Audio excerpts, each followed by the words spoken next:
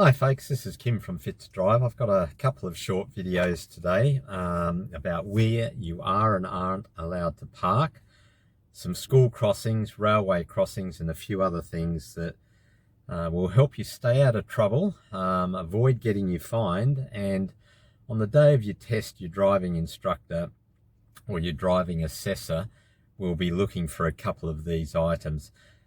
The first thing that you can see is just in front of us, we've got a yellow line on the road, okay? We've got two signs, actually. We've got a yellow line and a bike track. A yellow line on the road means basically no parking. You are not allowed to park anywhere where there's a long yellow line. So you can see that just on the left-hand side bottom of the video. Now, we've also got a bike track sign indicated by a bicycle. A bike track sign means that while you drive as near as practical to the left side of the road, you do not drive in a bicycle lane for more than 50 meters unless you're actually entering or turning a corner or leaving a road, okay? And that can possibly fail your test, and you can also get fined for doing something like that. When you're passing a cyclist, it's about just over a metre, just over 3 feet, that you should give clearance to. Okay. Just in front of me, there is a driveway. Now, something else that's important to note, that if a council officer comes by and sees you parked across a driveway, you can actually get fined. Now, that driveway may be your own driveway or it may be someone else's, but you're not allowed to park across a driveway. Neither, for that matter, are you allowed to, and I'll just turn the camera a little bit, neither are you allowed to park in your driveway with any part of your vehicle protruding onto the footpath. Once again, you can get fined for doing that. All right. Now, we've got several different things here, as I've just covered. You've got your yellow line, you've got your bicycle track, you've got your driveway. We're also coming up to what's known as an Emu Crossing. So it's really important to pay attention while you're driving on the road, as I've mentioned, you know, staying focused, giving driving your undivided attention and concentrating on what you're doing. Round school crossings, especially in school times, it's even more important to do that. So the crossing that we're coming up to at the moment, there are some zigzag lines on the road. This is an indication that there is a crossing coming up.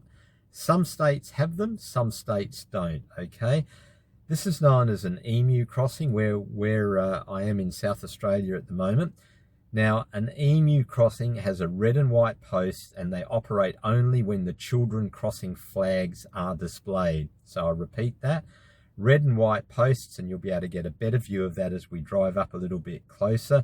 They're placed within school zones, and a speed limit of 25 kilometers an hour applies when children are present. So there are a couple of other different sorts of crossings. The other one is known as a Koala Crossing, okay? Now, with the Koala Crossing, they've got red and white signposts at the edge of the road, and they've got two yellow alternating, tripping over my tongue there, alternating flashing lights. As indicated by a sign, 25 kilometre applies when the lights are flashing. So I'll just repeat what a Koala Crossing is. They've got red and white posts at the edge of the road and two yellow alternating flashing lights. A speed limit of 25 kilometre applies when the lights are flashing. So we're going to drive through an Emu Crossing right now. I'm also going to pause the video a little bit later on, and I'm going to take you to another crossing, which is known as a Wombat Crossing. So first thing that we'll do, foot on the brake, I'll check my center mirror. I'll indicate right for 5 seconds. Don't forget, it's really important to indicate as you're leaving the curve. That's one of my favorite peeves, people just driving off from the side of the road without giving indication to vehicles behind them. All right, so I've checked my center mirror again. It's been more than 5 seconds. I've done a right hand blind spot shoulder check, and I'm going to move out onto the road. So Emu Crossing coming up. Now, it's the public holiday, Monday, so there are no children present at the moment. It's obviously not a school day.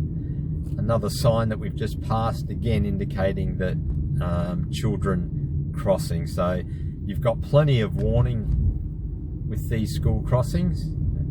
And again, we've just parked or just passed another yellow line. So from the opposite direction, there is also a zigzag line indicating that a school crossing is coming up.